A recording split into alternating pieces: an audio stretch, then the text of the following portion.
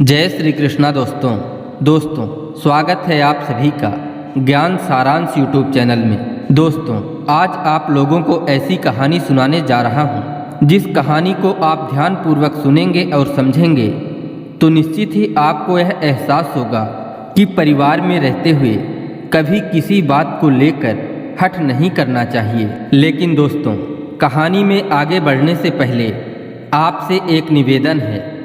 यदि आप चैनल में पहली बार आए हैं तो कृपया चैनल को सब्सक्राइब जरूर कर लीजिएगा और इस कहानी को अंत तक सुनिएगा, क्योंकि किसी कहानी को जब तक पूरा ना सुना जाए तब तक कहानी का सारांश समझ में नहीं आ पाता। तो चलिए दोस्तों, आपका ज़्यादा समय ना लेते हुए सुनते हैं इस ज्ञानवर्धक कहानी को। दोस्तों, इस कहानी से हम सभी को बहुत कुछ सीखने को मिलेगा। दोस्तों, किसी एक वीरान जगह में टिटहरी का एक जोड़ा रहा करता था। सर्दियों का मौसम चल रहा था, रात्रि का समय था। तो टिटहरी टिटहरे से कहती है, हे स्वामी, आज बहुत ज़्यादा ठंडा मौसम है, चारों तरफ कोहरा पड़ रहा है। आप कोई ऐसी कहानी सुनाओ जिसे सुनकर आज की रात बीत जाए। तो वह टिटहरा कहता है कि हे टिटहरी, बहुत समय पहले की बात है। एक राजा हुआ करता था जो बहुत ही विद्वान तथा पशु पक्षियों की भाषा जानने वाला था। एक दिन वह राजा सुबह सुबह नहा धोकर पलंग में बैठ गया और रानी से कहने लगा, हे प्रिय रानी, मुझे बहुत जोरों की भूख सता रही है, हमारे लिए कुछ खाने को लेकर आओ।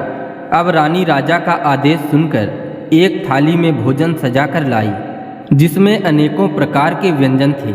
अब जो राजा थे वह भगवान को भोग लगाते हैं और जैसे ही भोजन को खाने के लिए थाली में हाथ लगाते हैं तो उनकी दृष्टि एक चींटी और चींटा पर पड़ती है। जो चींटी उस राजा के थाली से एक चावल का दाना लेकर जा रही थी। जब राजा ने उस चींटी को देखा तो वो सोचने लगे, हमें तो भोजन करना ही है, परंतु यह चींटी पहले भोजन कर ले तो और भी अच्छा रहेगा। दोस्तों, जो चींटी चावल के टुकड़े को खींचकर ले जा रही थी, उसके सामने एक चींटा भी आ गया और उस चींटी से कहने लगा, यह चावल का दाना हमें दे दो और तुम राजा की थाली से एक और चावल का दाना उठाकर लाओ। तो चींटी क्या कहती है, सुनिए। चींटी ने चींटा से कहा, तुम पागल हो गए हो क्या? एक बार तो किसी तरह मैं बचकर आ गई हूँ, परंतु अगर मैं दोबारा जाऊँगी और राजा ने देख लिया तो बहुत बुरा हो जाएगा। दोस्तों, अब चींटी और चींटा को क्या पता कि उनको राजा देख भी रहा है और उनकी बातों को सुन भी रहा है, क्योंकि जो राजा थे उन्हें पहले से ही पशु पक्षी एवं जीव जंतुओं के भाषा का ज्ञान था। लेकिन चींटा बार बार चींटी से आग्रह करता रहा, तुम चले जाओ और चावल का एक दाना थाली से उठाकर लाओ, परंतु चींटी ने इनकार कर दिया। तब चींटे की नज़र राजा पर पड़ती है तो उसे मालूम चलता है कि राजा ने तो कोक शास्त्र पढ़ रखे हैं, जिससे यह हमारी भाषा को अच्छी तरीके से समझ रहे हैं। यह देखकर चींटा ने चींटी से कहा कि तुमने हमें चावल का दाना तो दिया नहीं, उल्टा हमारी बेइज्जती अलग से कर दी। यहाँ पर राजा बैठे हैं, वह भी सोचते होंगे। चींटी ने चींटे की बात नहीं मानी और ना ही भोजन दिया, बल्कि बेइज्जती अलग से कर दी। दोस्तों, तब चींटी क्या कहती है, सुनिएगा। पहली बात तो यह है कि हमारी और तुम्हारी भाषा तो राजा को समझ में नहीं आएगी, और अगर समझ में भी आती होगी और हमारी तुम्हारी बात सुनने के बाद यदि राजा किसी को बताते हैं तो वह उसी समय पत्थर के हो जाएंगे। दोस्तों, अब राजा ने जैसे ही यह बात सुने कि चींटी और चींटा क्या कह रहे हैं तो उसी समय राजा को हंसी आ गई। दोस्तों, यहाँ पर ध्यान दीजिएगा, विधि के विधान को कोई टाल नहीं सकता। जिस समय राजा को हंसी आती है उसी समय उनकी रानी रसोई घर के बाहर कदम रखती है और रानी की दृष्टि राजा के ऊपर पड़ती है। दोस्तों, आपको तो पता है राजा हंसे चींटी की बात सुनकर, परंतु रानी को लगा हमसे कोई भूल हो गई है, जिसे देखकर महाराज हंस रहे हैं। दोस्तों, रानी ने आकर राजा से कहा, महाराज क्या हुआ, हमसे कोई गलती हो गई क्या, जिसे देखकर आप हंस रहे हो? तो राजा ने कहा, रानी ऐसी कोई बात नहीं है, हमें तो ऐसे ही अचानक हंसी आ गई। तो रानी हठ करने लगी। बताओ आखिर आपने क्यों हंसे? राजा रानी को समझाने की कोशिश कर रहे थे कि हमें ऐसे ही हंसी आ गई, इसमें कोई बात नहीं है। परंतु दोस्तों, रानी तो हट करने लगी। दोस्तों, टिटहरा टिटहरी को यह कहानी सुना रहा है, ध्यान पूर्वक सुनिए। किसी बात को लेकर ज़्यादा हट करना भी अच्छी बात नहीं है। दोस्तों, अब रानी कहने लगी, महाराज आप हमसे बिल्कुल प्रेम नहीं करते। अगर प्रेम करते होते तो जरूर बता देते। राजा अब सोच में पड़ गए। हे प्रभु, आज तो मैं बहुत बड़ी दुविधा में पड़ गया हूँ, क्योंकि चींटी ने कहा है अगर मैं उसकी बात सुनकर किसी को बताऊंगा तो मैं पत्थर का हो जाऊंगा, और रानी है कि मान ही नहीं रही है। अब राजा फिर रानी से कहते हैं, रानी कोई बात नहीं है, परंतु अगर तुम यह बात जान गई तो बहुत अधिक पछताओगी। यह सुनकर रानी कहती है, महाराज हमें बाद में भले ही पछताना पड़े, परंतु आपको वह बात तो बतानी ही पड़ेगी, क्योंकि अभी तक आप कह रहे थे कि कोई बात नहीं है और अब कह रहे हो जानकर पछताओगी। महाराज अब आप हमें बताओ कि आखिर किस बात पे हंसे थे। राजा को अब मालूम हो गया कि अब रानी मानने वाली नहीं है। तो राजा कहते हैं, रानी एक काम करो, हम और आप यहाँ से कहीं चलते हैं। रानी ने कहा, कहाँ चलना होगा? राजा ने कहा, नदी के किनारे चलते हैं, वहीं जाकर मैं तुम्हें बताऊंगा।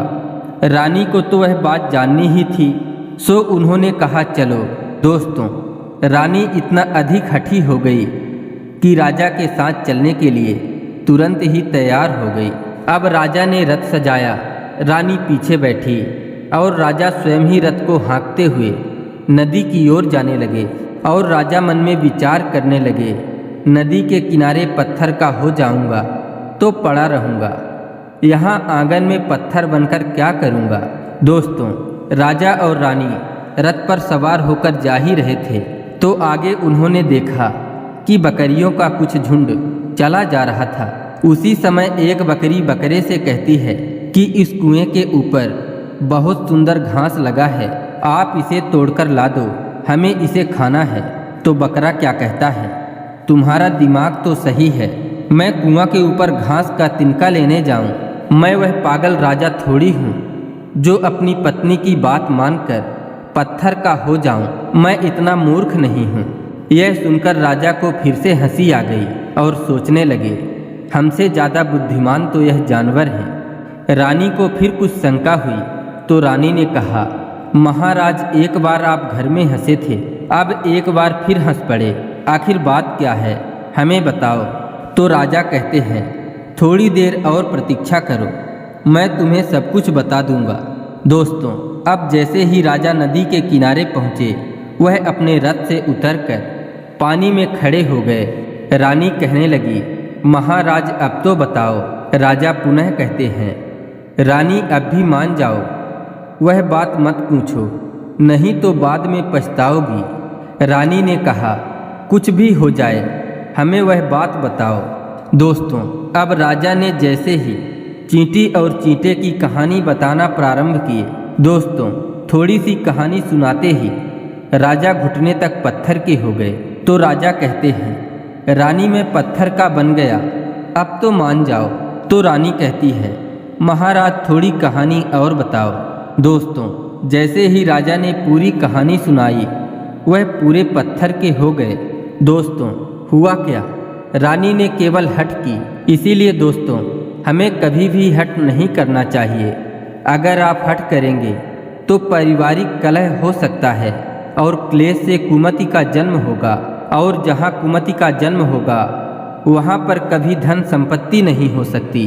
दोस्तों, विद्वानों का भी कहना है, जहाँ सुमति वहाँ संपत नाना, जहाँ कुमति तहाँ विपत्ति निदाना। अर्थात जिस परिवार में सुमति हो वहाँ स्वयं लक्ष्मी जी का वास होता है, परंतु जिस परिवार में कुमति होती है, आपसी झगड़े होते हैं, वहाँ से अपने आप ही धन दूर होने लगता है।